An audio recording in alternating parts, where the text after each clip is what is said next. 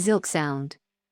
You're tuned into ZilckSound, where business gets real, trends get broken down, and you walk away sharper than when you hit play. Brought to you by Zilk.com. Practical news for the modern entrepreneur.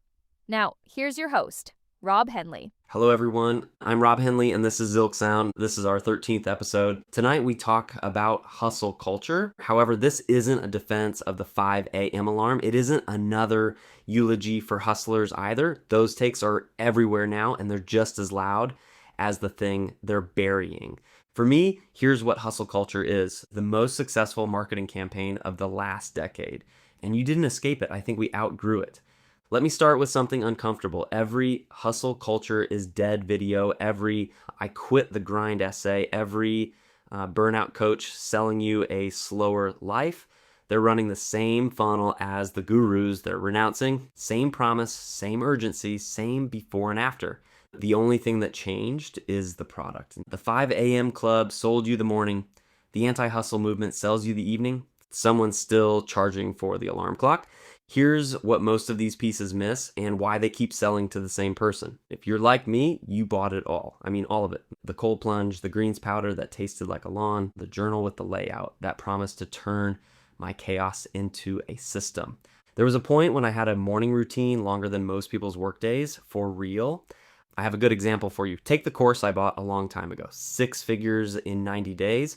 Or whatever. I never finished the modules, I finished the upsell. By week 6, I'd bought the mastermind add-on, the private Slack, and a done-for-you template pack because the course itself kept telling me the reason it wasn't working was that I hadn't bought enough of it yet. Reality is I was exhausted by 9 a.m. and I felt like I'd already lost the day. And the strangest part, it worked on me for a while. Not because it made me more productive, but because it made me feel like I was doing something. The stack itself became the achievement.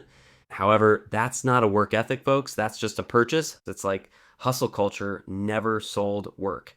It sold the feeling of momentum. And feelings, it turns out, have excellent margins, my fellow marketers. Look at the actual product behind the slogans. While they sleep, I grind. That's not advice, that's positioning. It's a tagline engineered to make you feel behind, then sell you the fix, okay? The grind was the ad.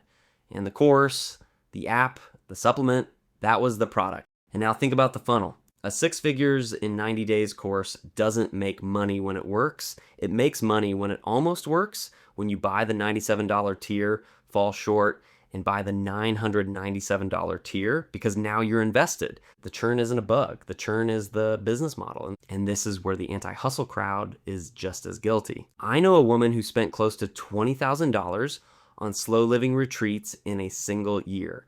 Breathwork in the morning, journaling circles at night, a $40 boundaries workbook waiting in every gift bag. Same structure as the hustle world she was running from, same churn. She didn't leave the machine. She just paid a softer voice to keep her inside it. Considering all of this, let's not fool ourselves.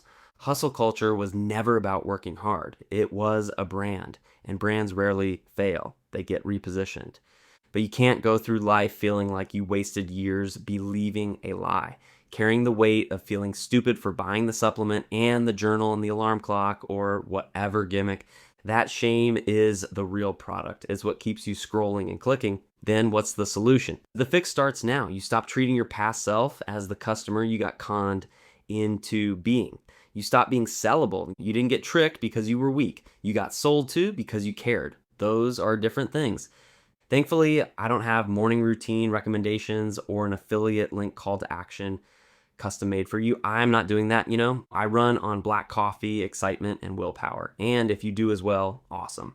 I'm not going to tell you to throw out the 5 a.m. alarm either. That would be the same mistake in reverse, treating the hour as the point when the hour was never the point. What I will tell you is this: the discipline you built in those years is real. And it's transferable. The ability to set a goal and direct effort at it for months, that's not a hustle culture artifact. That's an engine. You built it, and you know what? It's yours now, and it doesn't owe anyone a subscription.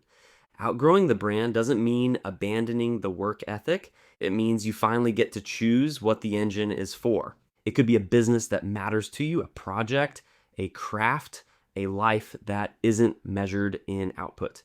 The 5 a.m. alarm was never the goal, friend. It was a tool you were told was a destination. You're allowed to keep the tool and change the destination whenever you like. And anyway, hustle culture didn't fail. On the contrary, it did exactly what it was built to do. It got you to the next version of yourself, really. The one who can see the funnel for what it is. And that's not a loss. That's a graduation. You made it. Congratulations. Thank you for listening. If this landed, let us know your thoughts on social media. And if there's a belief you've outgrown that you want us to take apart next, tell us what it is. We can take a shot at it. And if you haven't, please subscribe and join us in the next one. I'm Rob Henley, and this is ZilckSound. See you next week. ZilckSound. ZilckSound.